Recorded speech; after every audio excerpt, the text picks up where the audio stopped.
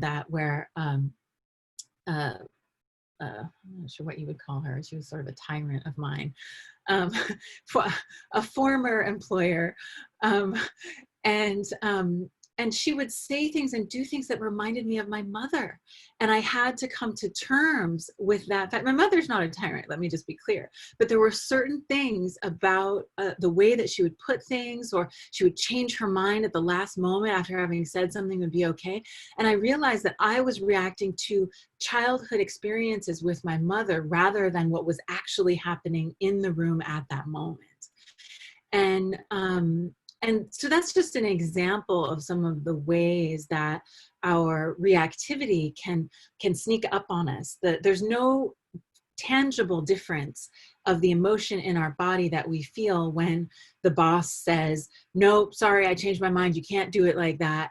And when our inner child is thinking, my mom used to say that, and I have the same feeling then, and I'm feeling it now. When we go back into the place of memory, there's not actually a difference between the emotions we have in our physical body in the moment and the emotions that we have in our physical body based on memory.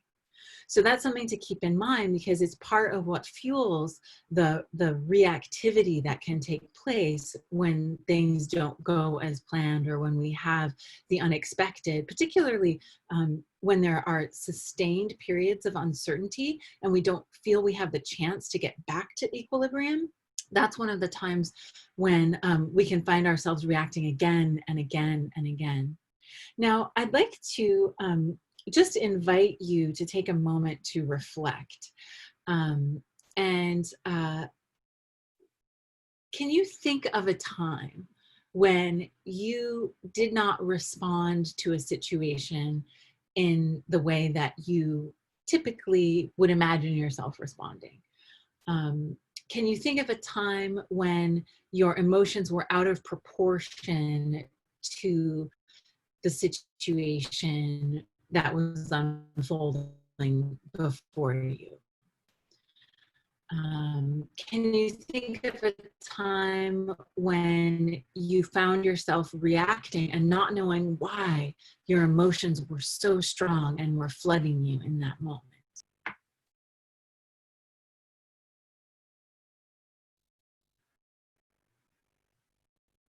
And if you find yourself having emotions, even just thinking about it, know that that is completely human and also quite real.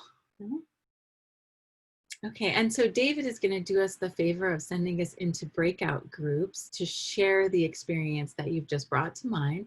Remember that it's not actually real in this moment, so don't worry about that. Just breathe as you talk about it. And I'm inviting you to be vulnerable. The people in this virtual room are not people who you necessarily know or have a connection with, but the invitation is to think of that moment where you reacted, you kind of lost it, your emotions were out of proportion to the situation at hand and you knew it, and share that experience with your partner. I'll give you about 3 minutes to talk, and then switch to the other partner and give them 3 minutes to talk. If you don't use your full 3 minutes, then you can debrief with one another. Okay, and go for it and be vulnerable. Thank you. See you back here in 6 minutes.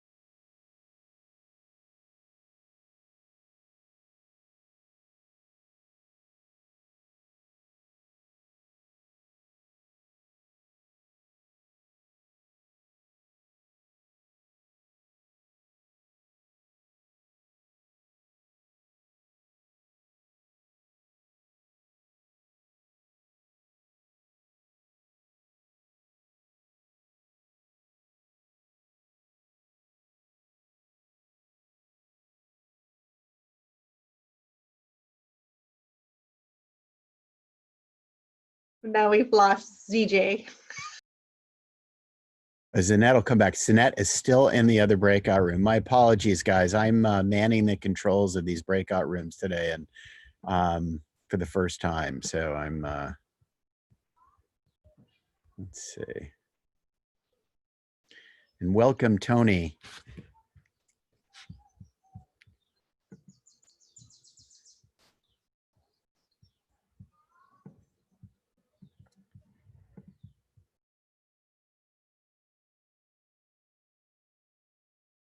That I am muted.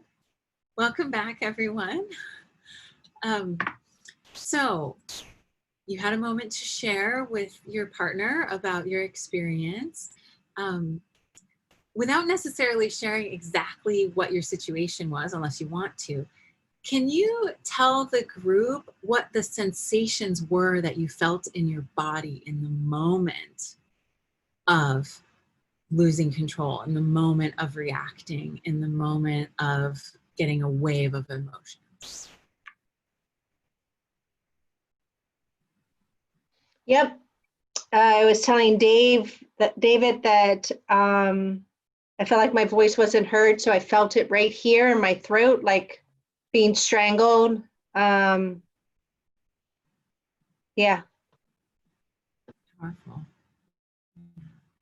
That's often a place that I feel things when I have emotion and I feel like I'm not being heard, or I'm pushing down what I really want to say. I feel that in the throat, almost like a burning and a constricting.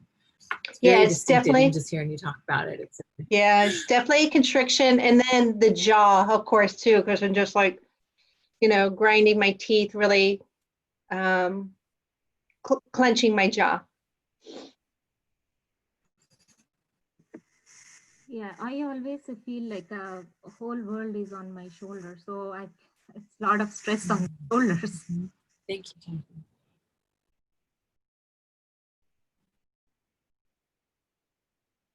Mm-hmm.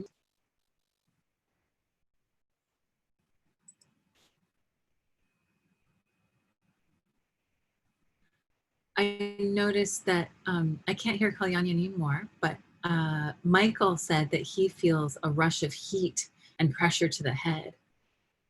Yes, I get that one too. And for me, it's the heat that goes all down my body like a wave. Ooh, that's a good one. I know I'm having emotions when I get that full rush of heat. Absolutely. So these sensations are signals to us that we're having emotion. And one of the somatic keys to being able to respond with our best self rather than our reactive self, our fearful self, is knowing when we're having emotion.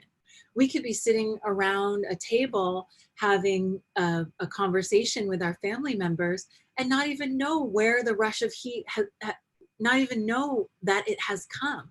But then if we can tune into the fact I'm having an emotion right now, then we can take a pause, enjoy a deep breath. Okay, I'm feeling something in my body. It's giving me information. This information, I have a choice about what I'm going to do with this information. It turns out there's not really much difference between the anxiety we feel before going to do public speaking, for example, and the excitement that we feel before going roller skating with our friends for their birthday party. That the physical sensations of excitement are just that. They're just excitement. It's we who interpret the sensation as nervousness or joy. But the physical sensation is the key to alert us that an emotion is happening, and we can reframe that and reinterpret it to our advantage if we're aware that we're having the emotion. So learning to sense, like Jason said, he feels tension in his shoulders and he has to tell himself to drop his shoulders.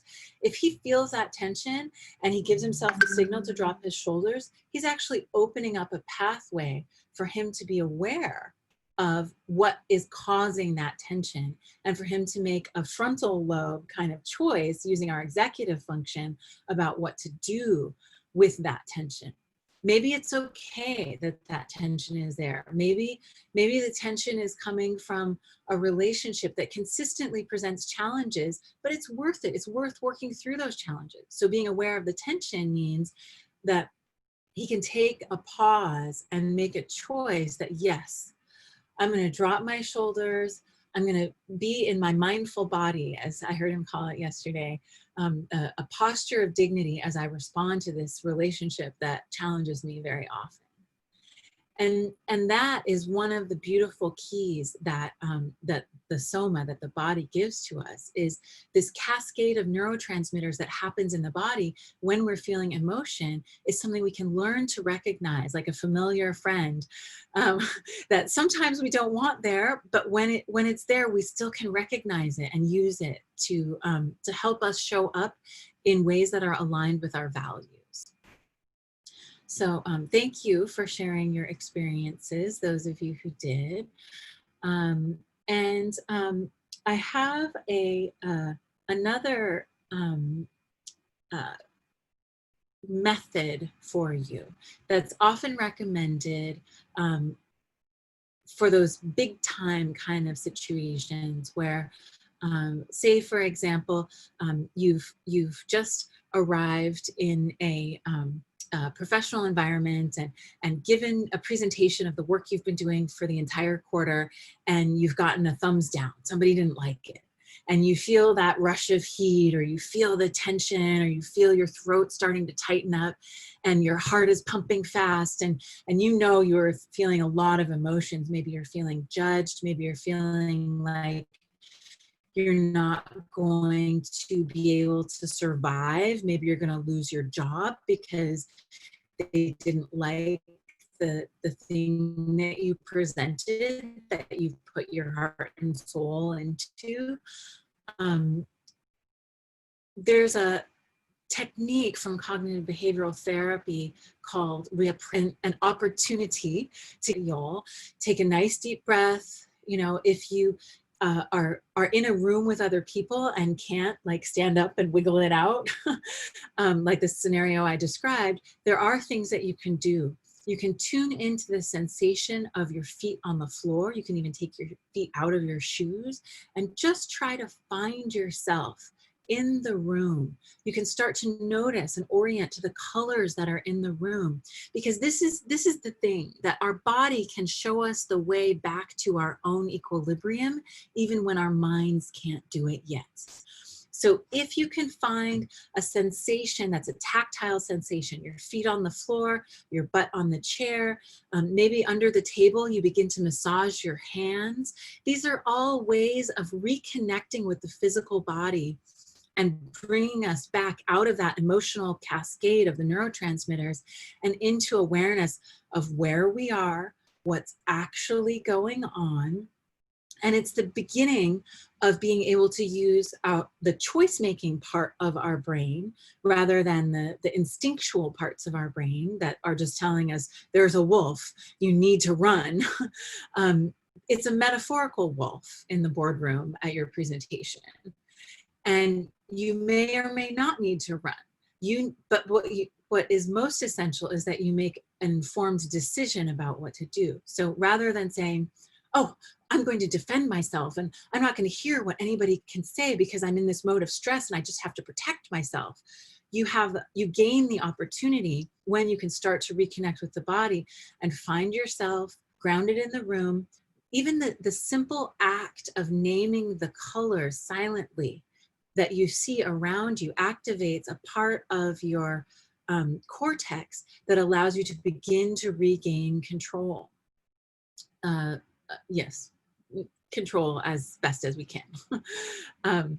So when you use the method of cognitive behavioral therapy called reappraisal, you're going to ask yourself 4 questions. The first question is, what actually happened? I gave a presentation, my colleagues were not impressed, and they are giving me feedback on how to make it better. Okay, so what are my beliefs about what happened? That because they didn't like my work, I now am looked down upon, I'm seen as not competent. there's 100 people in line for my job and I might not be able to feed my family. Those are examples of beliefs that might come up in the moment. And then we take that appraisal of the actual situation and turn it into reappraisal or reframing. So am I certain my beliefs are true? Just because my colleagues are giving me feedback about a presentation that did not go over well, does that mean I'm going to lose my job and not be able to feed my family? Okay, maybe I will lose my job because this was a quarter's worth of work and it didn't land. But I'm still going to be able to feed my family. I'll get another job. Like, I'm not going to die. The emotional reactivity takes us to that place of our fear. And by pausing and reconnecting with the body, we gain the opportunity to begin to do the appraisal and the reappraisal and start to reframe with the fourth question of, how can I view this situation differently? So maybe a possible reframe is, okay, I'm in this room, I've gotten negative feedback, I'm feeling very threatened and unsafe, but how can I reframe it? Well, these colleagues are taking the time to give me their feedback and let me know how they'd like to see it done differently. So I actually am working with a team of people who trust me enough to share their good ideas to help me make my work better. The idea of connecting with the body, bringing ourselves back into the present moment opens up a whole range of possibility where we can respond with thank you instead of no, but, or I disagree and resisting. It allows us to gain the option of responding in a more positive or potentially effective in the long term kind of manner. So that being said, we don't always have the opportunity to think through intellectual questions like what actually happened, what are my beliefs about it, am I certain my beliefs are true, and how can I view the situation differently? It's a great strategy, particularly for post-rehearsal, if something didn't go well and you found yourself reacting and at your limit and at your edge, and you're not sure why. Maybe you've left the room, you've gone to the car, and you can think out those things for yourself. But what do you do in the moment when you really aren't able to suppress that reaction, or you're not hearing what's taking place, you're not hearing what people are saying? It's just like everything has gone white in front of you, and you've suddenly become 6 years old and your mom is yelling at you. The very first ally that you can count on is the breath. The breath is always there. And so because you're always breathing, you always have access to it. And I like to think about the breath as a wave flowing onto the shore and then back out to sea, and onto the shore and back out to sea. And with that breath awareness, I can try to regulate the breath so that instead of going, which is what my nervous system is encouraging me to do, I want to smooth out the waves and make them long and slow. That's the first thing that I do when I realize I'm having a cascade of neurotransmitters that's showing me my emotion, that's showing me I am about to react with my fight or flight response. I want to lengthen and extend the breath. And another method that you can do in the moment when you feel yourself reacting is to not only extend the inhale and the exhale, but stay there. When you fully inhaled, pause for the same length as your inhale, and then exhale and pause there as well. We can practice that together. I'm going to draw it differently. I'm going to draw it like a box. So we're going to inhale together, and then we're going to hold, and then we're going to exhale together and hold. So inhaling, 1, 2, 3, 4, and hold, 2, 3, 4. Exhaling, 2, 3, 4, and empty, hold, 2, 3, 4. Inhale, hold, exhale, and hold empty. Inhale, 2, 3, 4. Hold, 2, 3, 4.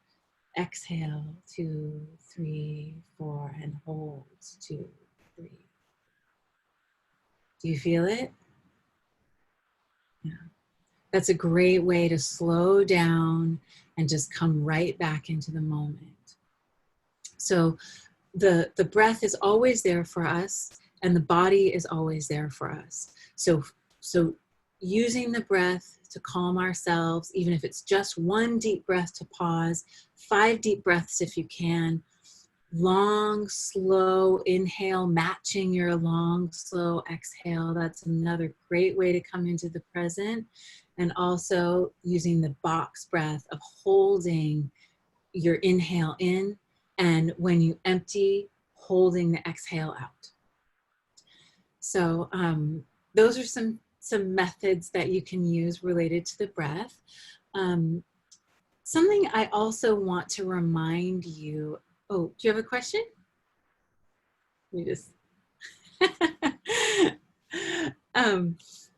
Something I also want to remind you of is that in the current historical moment, we're experiencing unprecedented change. And so it's important to be aware that all these things that are happening, you know, we're in our homes, maybe with several family members, maybe we're separated from family members we'd like to be with at this time, like my parents. I'm thinking about them every day in a way that I wasn't before. I might call them once a week, but now every single day I want to connect and make sure that they're okay and appreciate the beauty of who they are as human beings while they're still on this earth, you know. And that's just one layer, you know. We're thinking about our children, we're thinking about the global situation, we're thinking about people who are homeless and don't have the food and shelter that we have, you know. There's so much. We're thinking about the economy and our jobs, and there's so much of a sense of change, and we can meet that volatility, if you will, the VUCA word Jason had used yesterday, and I was like, that's right, the VUCA. That volatility we can meet with our vulnerability. And the uncertainty, we can meet that with our compassion, and the ambiguity we can meet with our authenticity. Like those elements of change in the world, we have the resources inside of us to begin to draw forth and build those muscles in a way that we may not have done before. So recognizing that we are all under an unusual kind of stress. None of us have, you know, yet built the muscle for exactly this kind of situation. And we're doing that every single day. When we make the choice to show up in alignment with our values and to be our best self, that's awesome, that's amazing. And when we don't show up as our best self, that is also okay. And we can find acceptance and self-compassion for ourselves, and also for others who we see and recognize are not showing up as their best self as well. So, yeah, I guess I'll open it up for conversation and questions now, and then we'll wrap up with one last somatic exercise after we talk a little bit. So I'd love to hear from you about what you're thinking right now, and if anything inspired you or inspired new thoughts in you or brought up a past experience. David, can you unmute? Oh, do I have to unmute everybody? Let's see. I think everybody unmutes themselves on the bottom left.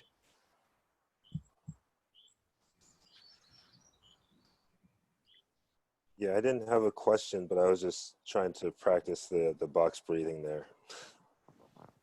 And that's what I was going to say. I'm going to steal your box breathing. technique. I love, love, love it. I teach yoga and meditation, so I never thought about it as holding on the empty. Love that. So thank you. Thank you. It's beautiful.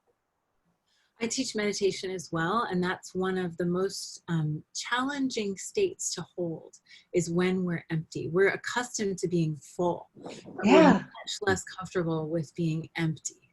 Right, right. That's why I loved it, because it's something new that I can bring to my people, and it'll be fun. It'll be great to try it. So thank you.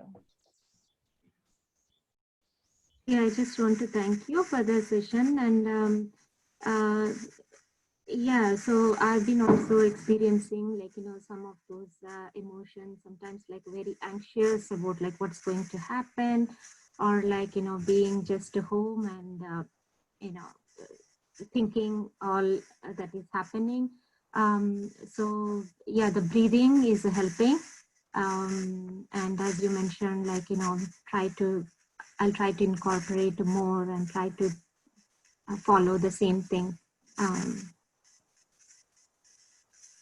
Yeah. Thank you. Zanette, I just wanted I really appreciate the tool you're giving us to tune into what our body is experiencing, and then what is the lower brain thing that is, what is it doing that is generating that feeling, and then how do we reframe that? And it's that last step that I see as challenging, because I've been experiencing job anxiety and climate anxiety and now COVID-19 anxiety. And so how do I reframe the anxiety that I sense in each of those contexts as something that's basically positive or at least natural and not, oh my God, I'm going to die.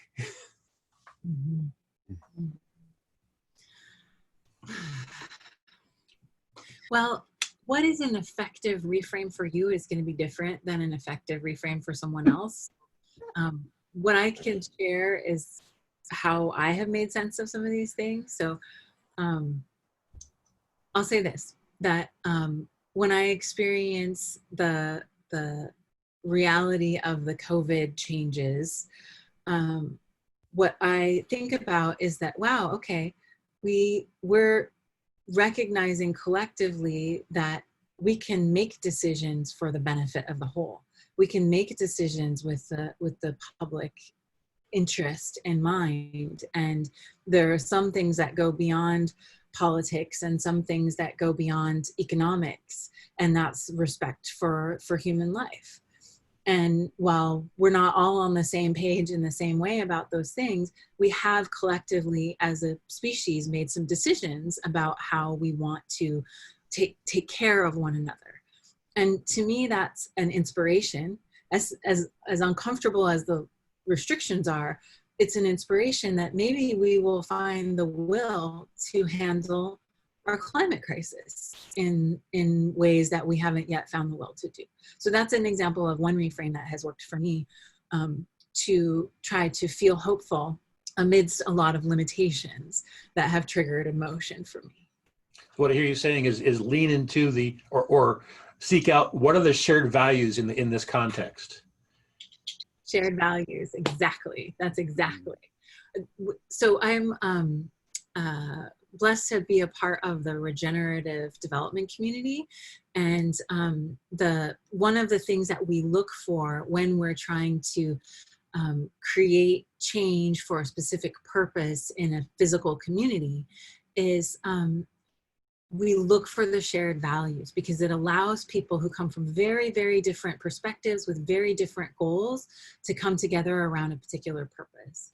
And whether it's a family situation where, one generation wants to do something different than another generation wants to do, and they're working with the same pool of resources, or whether it's I'm trying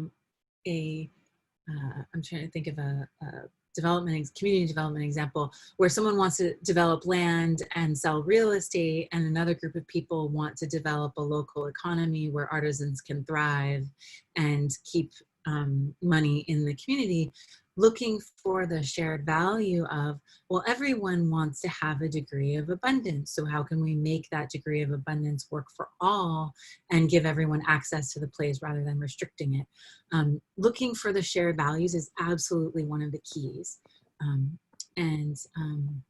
There's something really beautiful when a community can stay in the disequilibrium of the conversation long enough to find out what those shared values are. So maybe that is one thing to carry forward about reframing and reappraisal when we feel intense emotions. Like, why do I feel this intense emotion? Because in the boardroom example, I really want to be praised and loved by my colleagues. I want to be seen as valuable. And they want that value from me. And that's part of why they're giving me this feedback right now, is they're helping me to show up as more valuable. Rather than feeding the worst, we can feed the best if we go to that deeper level. I've heard a lot about that recently when people are experiencing grief because of all the world changes that have been happening. They realize, like, I really loved the life that I had before. That's why I'm so sad to see it go. And turning that grief into gratitude for what no longer exists, and giving yourself space to mourn that. That's a part of the shared value.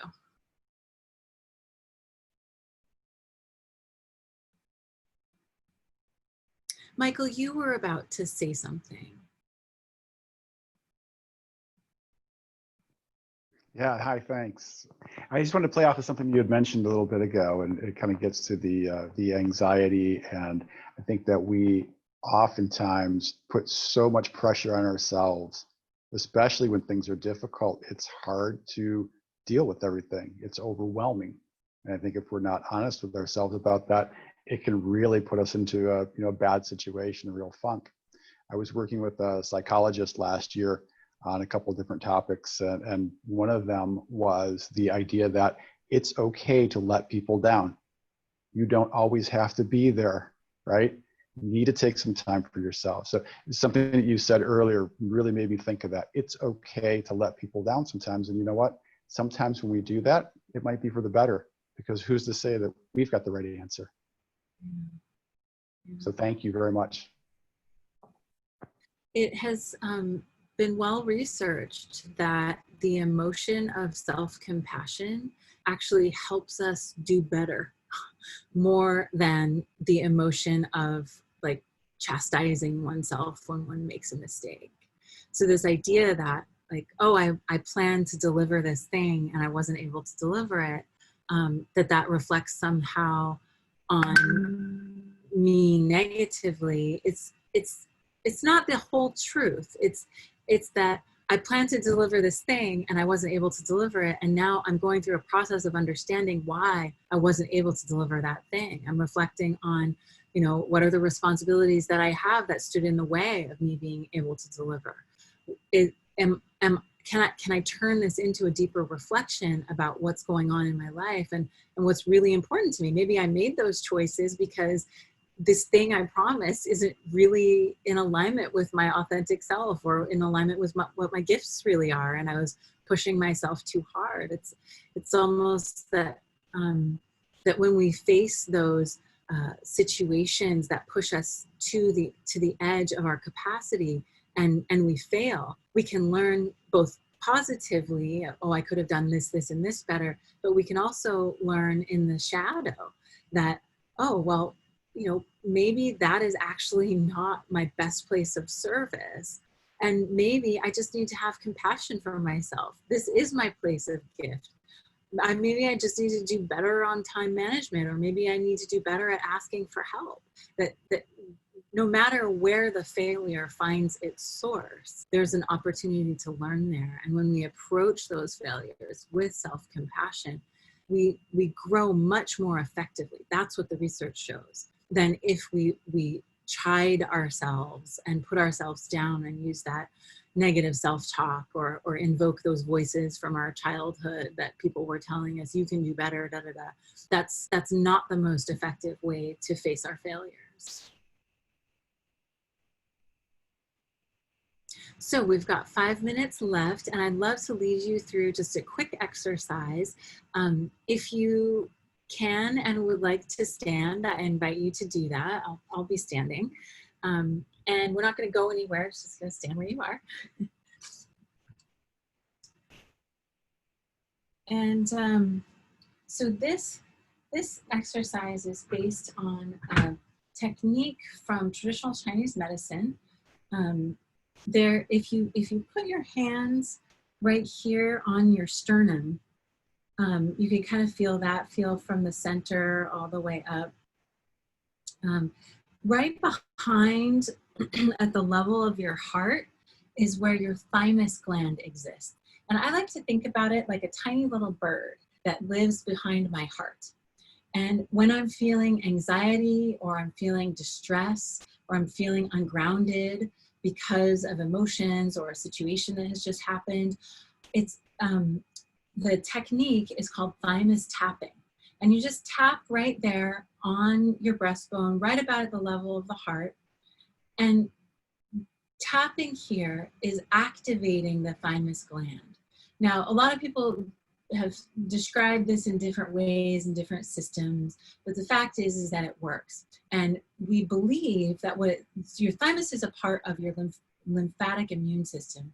And we believe that part of the effect that's happening is that by tapping the thymus, you're triggering your immune system, and there's that network of psychology and the immune system that is deeply interwoven. It's coming to be understood more and more through the field of psychoneuroimmunology, but you're activating your immune system in a way when you tap the thymus like this. And so just take a deep breath with me now. I'm gonna invite you to, actually we'll take 3 deep breaths. Deep inhale, exhale.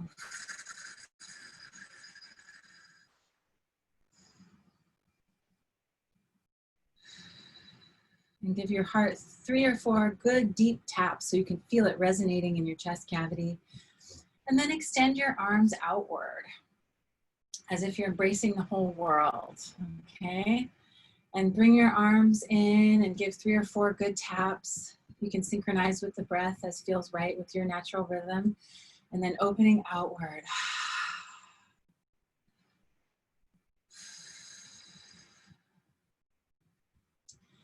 Okay, just enjoying the sensation of this movement. Okay, and this time when you bring your arms outward, I want you to just feel yourself bringing your arms in this time in the form of a hug. Embracing yourself, embracing who you are in this moment, embracing the parts of you that are a little bit raw in this emotionally exciting time. Allowing yourself to tune in and just go inward and feel your own emotional landscape, your emotional terrain, your peaks and your valleys, holding all of that that's inside of you, your wide open sky and the deep cave that you don't feel quite ready to venture into just yet, your stirring waters that may be turbulent sometimes and calm other times. Just giving yourself that moment to feel the physical embrace of your own self-acceptance. And now with a deep breath, opening your arms and bringing to mind someone in your life who you may not be close to right now, but who you would like to embrace with that same acceptance and love that you just gave to yourself. As you bring your arms in around yourself, imagine yourself holding that person. They may be someone living, they may be someone who's left this earth, but imagine yourself giving them all of that acceptance and appreciation for exactly who they are and all their complexity with all their emotions.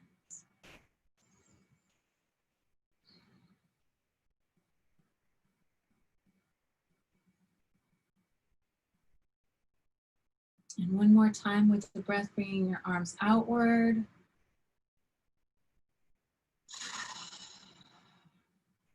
And this time, one last hug, making an agreement with yourself to embrace whatever comes, to embrace the challenges, to embrace the joys, to embrace the ambiguity, whatever arrives in your life as you walk on your path this day and this week, making an agreement with yourself to embrace it and to allow it to be what it is. Deepening that with the breath. There may be some sadness here because we don't know what's coming.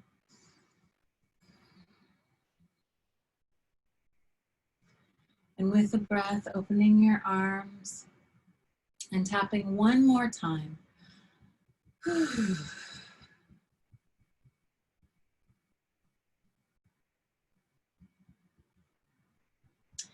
And with your hands together, thanking yourself for taking the opportunity to be here and to gather today to deepen your resilience and your capacity to respond. Thank you.